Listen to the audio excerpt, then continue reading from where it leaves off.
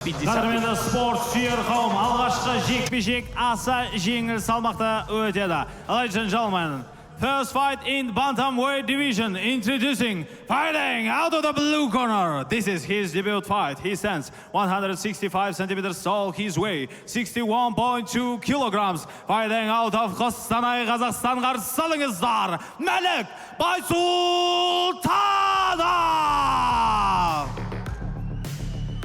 Және оның қарсыласы алаңның қызыл бұрышы. His opponent fighting out of the red corner. His professional record 1 win. He stands 168 centimeters tall. His weight 61.2 kilograms. Fighting out of Astana, Kazakhstan, Adil Шахан.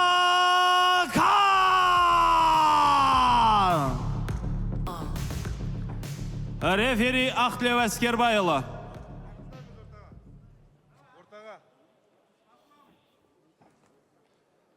Мені мұқият тыңдаймыз. Топтан кейін жұмыс жасамаймыз. Ережені білесіңдер, ережені бұзбаймыз. Қол алсамыз, бұрыштарымызға сәттілік.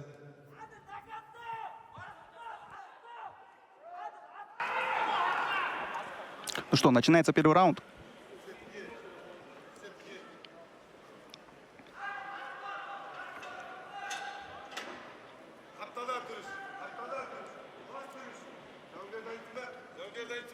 Первый бой, гран-при.